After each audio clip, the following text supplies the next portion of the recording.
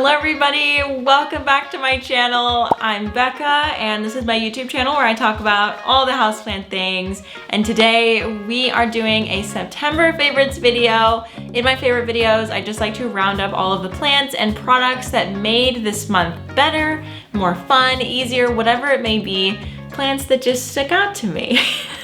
So let's get right into it. We are going to start off with a plant that I literally never thought that I would give airtime outside of complaining about or like randomly repotting it every once in a while. And that is my burgundy rubber tree. Let's bring her on stage. Wow. Okay, how do I get her and me in the frame? She's very tall. So this is my burgundy rubber tree. You cannot even see it. Okay, I'm gonna have B-roll playing because this is not showing the plant, but you can see that it's here. But anyway, this is my burgundy rubber tree. It is a member of the ficus family. Ficus elastica is the actual name. And this was my first houseplant I ever purchased, and I still have it somehow. We have been through so much together. I bought this plant in 2018. And so it moved with me out of my college house into my duplex studio that I shared with my friend, and then into my apartment with Daniel, and then all the way to Missouri. So that's 4 moves that this plant has survived somehow. And I will say that for most of its life, it has definitely looked like a plant that has moved 4 times. But being outside in the summertime really brings out a lot of new growth points and sort of just changes the look of the plant. And this is one of the reasons that I'm so happy to be able to put plants outside, because they're able to grow and thrive so much with a lot of sunlight and obviously a lot of humidity, where I specifically live in Missouri. Yeah, it's definitely grown on me. Like, it has grown quite a bit in height. There was a point, oh, down here. So hold on, let me show you how tall it was when I bought it. Right here, it was this tall, okay? So we had a bare stem basically from the tip all the way down to the bottom of the pot. And last summer I put it outside, just sort of not really expecting a ton. And then it put out all this growth at the bottom of the pot. So it filled out pretty nicely. So then what was happening is there was growth at the bottom, then there was growth at the top, and there was a big disconnect in the middle. And a bunch of people were like, oh, you should just like chop and prop it. But then I was thinking, I'm not gonna do that. I'm just gonna let it be, because I don't think about this plant enough to really put a lot of tender loving care in propagating it and figuring out all of that stuff. So I just kind of let it go, and this put out a branch up here. And I don't know if this happened this summer or if it happened over the winter, but it did end up branching right here out of like an old leaf node.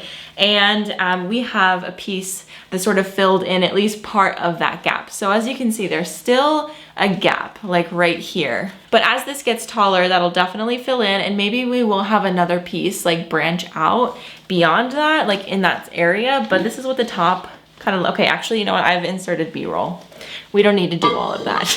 This plant has been so much fun to just like journey with, and honestly, I have not put a lot of time and effort into this thing. Last summer, or at the end of last summer, I ended up repotting it and putting this bamboo stake on it.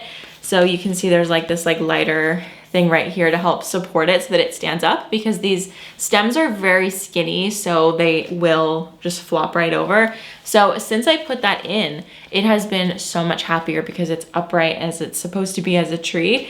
And I just think it's so cute. And this will be living in the greenhouse this winter, but for now, until the greenhouse is finished, it's just sitting in front of my sliding glass door in a south window.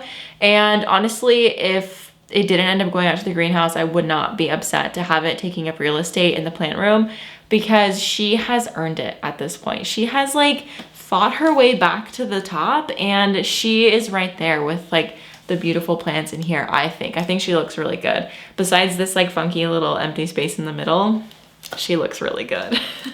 So the reason that I'm able to put all of my ficus in that window is because I finally moved my huge Monstera deliciosa out of this room. And I cannot tell you how much that helped improve like the feeling of this room. Like, it already feels more open. Honestly, I think like having plants in the windows is really good, because obviously the plants need the window space. but sometimes I find that it makes it look really, really cluttered and crowded if the window space is completely taken up by plants. So in light of that, I started moving more plants just about the room and hoping for the best. And I did that a couple years ago. I started doing that. And it's just so much better than having like all of the plants clustered, because then it sort of makes the room darker because the light is not able to come in.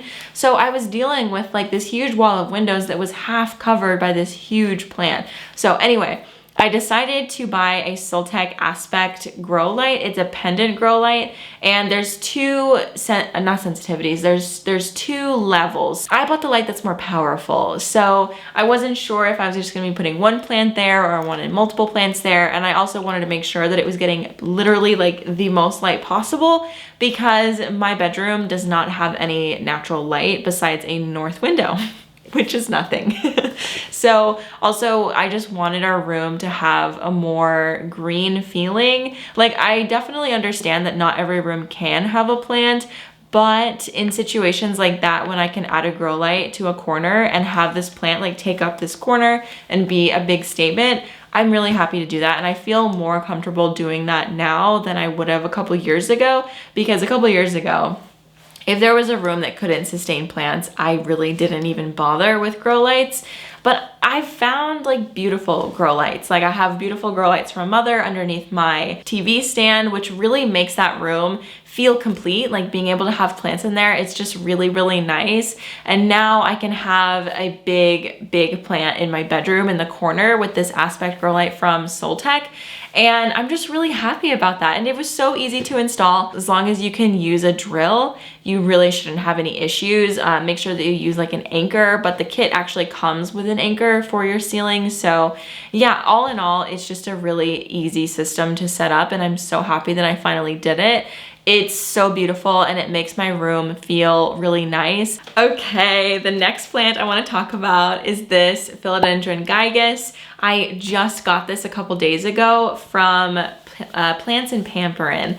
And you know what, you guys, I am in a rabbit hole. This is the second plant that I've ordered from them, and I'm really happy that I ordered it from them, because I'm paying attention to their story sales, and they have story sales all the time. So if you follow them on Instagram, you'll be able to see. I really like ordering from stores that do that, just because it seems all very casual, and you know, it's not as stressful like with website restocks, like having to like refresh. Basically, you just go onto the story, you say sold, and then they send you an invoice. It's very easy. So this is what the Philodendron gigas looks like. It has just really long, skinny leaves. So definitely similar vibes to the melanochrysum, except that the lobe is like very, very small. You can see that it almost has like forgetti-eye vibes. Like the lobe, like there's really not that big of ears. There are ears, but they're very small. And yeah, so here's an older leaf, and then we have a new leaf coming out right now. And I actually still have it in the little soil pouch that they sent it in, because it was pretty wet when I got it, so I didn't want to, like, I don't know, I didn't want to do anything to it. So I just kind of stuck it in this pot, and it's chilling in there. But I will be repotting it probably in my next chores video, just to get it into a home. And I do have like a massive list of chores that I need to do. Normally I do chores videos like at least once a week, but I haven't done one in a really long time because I've been so busy. So I have a lot to do, like a lot. So I'm excited, but it's gonna be packed. So stay tuned, like this week or next week, we're gonna do a really big chores video, like a ton of repotting, and this gigas will be in it. So I'm really excited. Oh, and also I was doing some research on this plant, because I know about it because I saw people on the internet have it.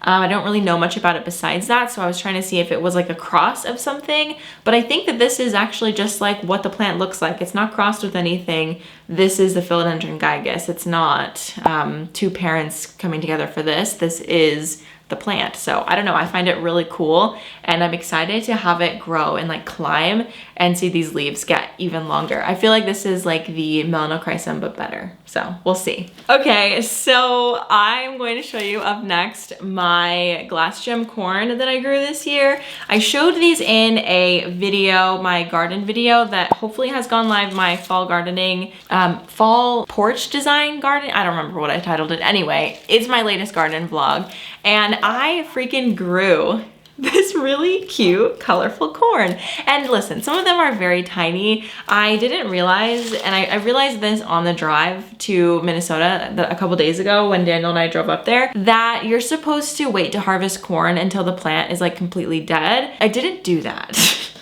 So some of the plants were definitely 100% dead when I picked the corn, but there was a couple that were still green, and I'm a little embarrassed about that, but this is my first time ever growing corn. The stakes are pretty low because this is not edible. Like this is like literally,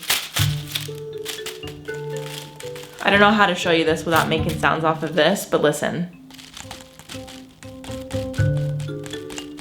Can you hear that? Like it's literally rock hard. Anyway, okay. Visuals aside, I have a few that are like a pretty nice size, but a lot of them are little tiny babies. But I do love that a lot of it is just like so colorful and different. Like each one is unique and colorful in its own fun way. Those are the 4 biggest ones, I think. Yeah, the rest are probably like around this size. And this is my favorite one, I think, like out of the little ones, because I just love like the muted colors. I just think it's so cute. But my favorite out of the big ones is probably this one. I just think that's really cool. But yeah, so I'm just using this as fall decor. Maybe other people's glass gem corn is edible when it like grows the size that it's supposed to, but mine is definitely not. So I just have it in this little basket that I thrifted. I'm always thrifting baskets, you guys. I have a basket wall in my house and it's completely full, but every time I see a basket, I still pick it up if it's pretty cute. But I like decorating my table with stuff like this just because it's kind of cute and visually appealing. Okay, the next plant is this gorgeous Hoya elliptica. It's currently sitting in water. Again, this is one that's going to be repotted in my next chores video because look at those roots. They are really, really long and developed. So I'm pretty excited about that.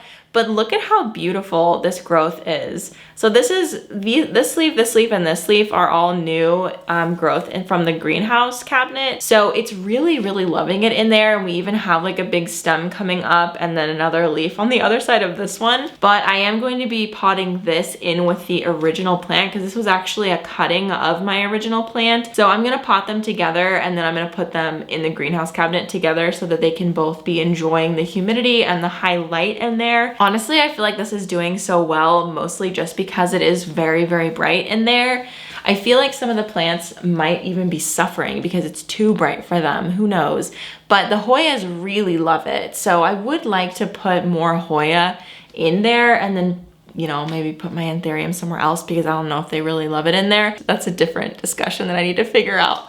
But more repotting to do in the anthurium department. So I ordered this a couple months ago off of Land of Lace Studios, I think. And they do drops on their website and they'll post about it on Instagram. So if you want to see their drops, they often have really good prices on some cool, unique Hoya.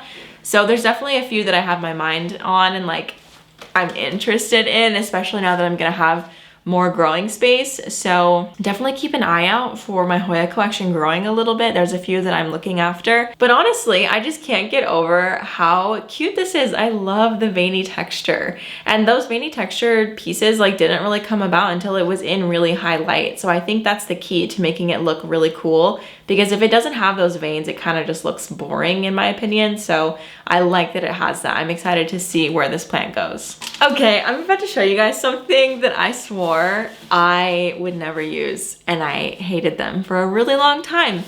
And that is a watering can.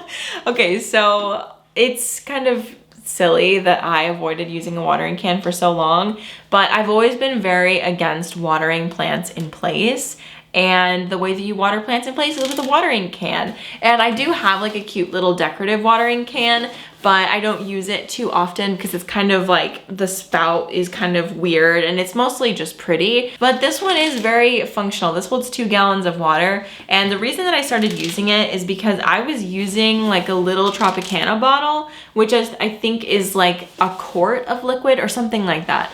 And then I realized I'm basically using a watering can right now, except it's like a very small watering can and I have to make a lot of trips to the sink to fill it up. And so I decided, you know what, let's just go grab one. Another reason why I was so against watering cans is because they're so expensive. Like I think this was maybe 20 bucks and it had the spout on it, but I removed the spout because for houseplants, I want the water to be very directional. I don't want it to go like everywhere like it would like if I was watering outside or something.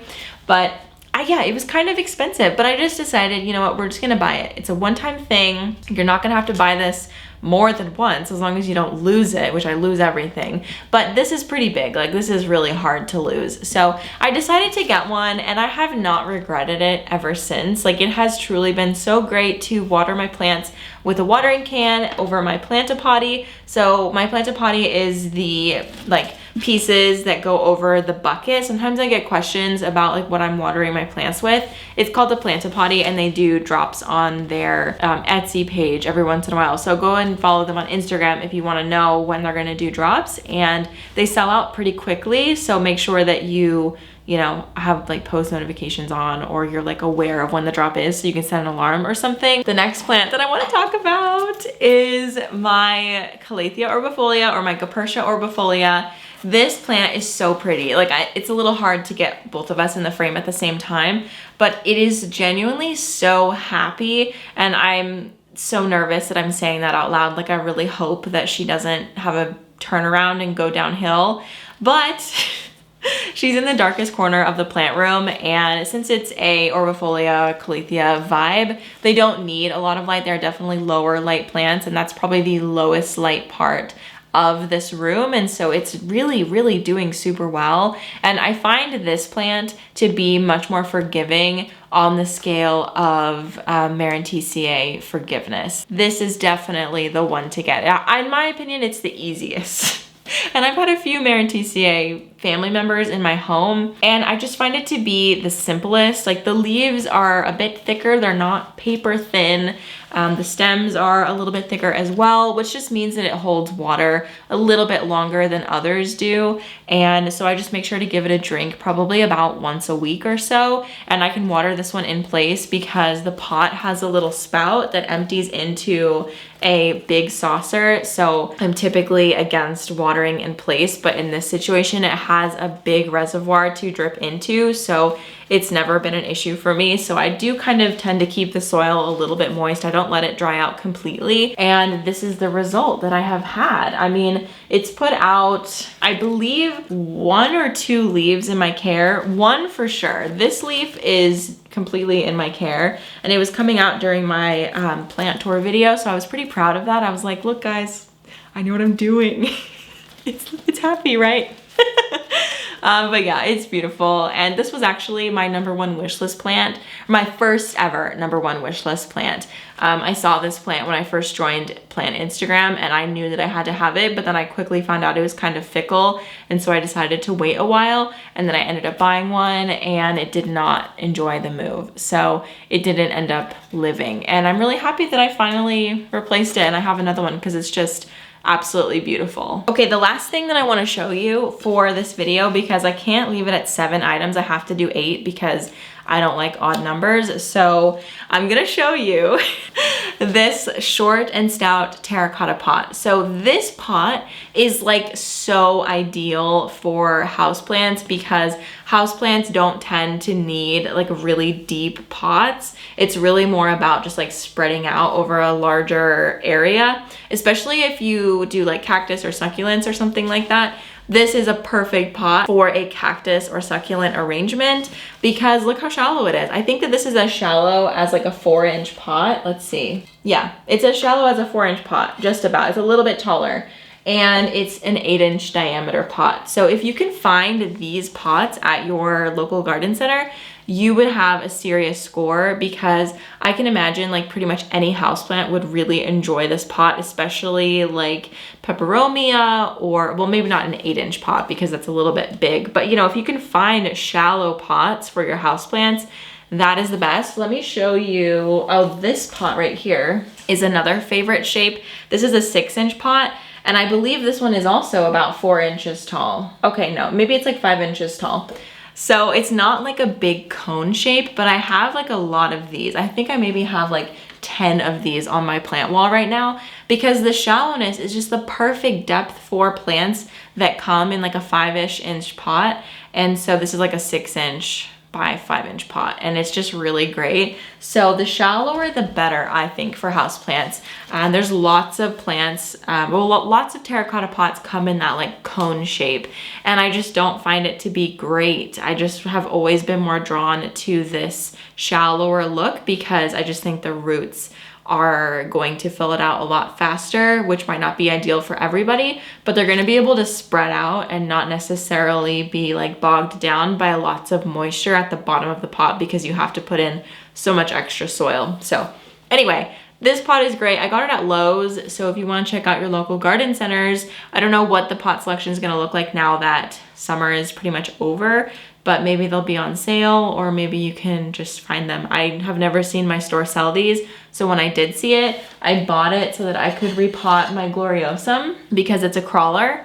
Let me turn it around so you can actually see it. So Gloriosum is a crawler, and so it needs like a wide pot, and I think I might actually use this for my mammei. I'm not quite sure yet, but ooh, they are heavy when they're full of soil because it is an 8-inch pot.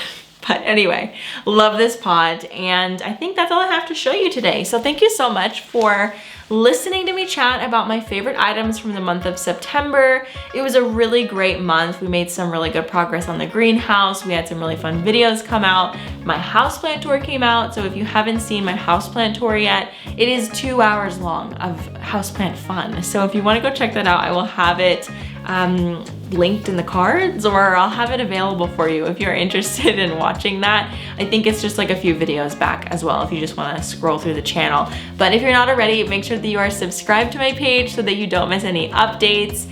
And I'm on Instagram, I'm on TikTok. I'm always posting like daily updates over there, just showing what I get up to. And so yeah, I will see you guys in the next video. Bye.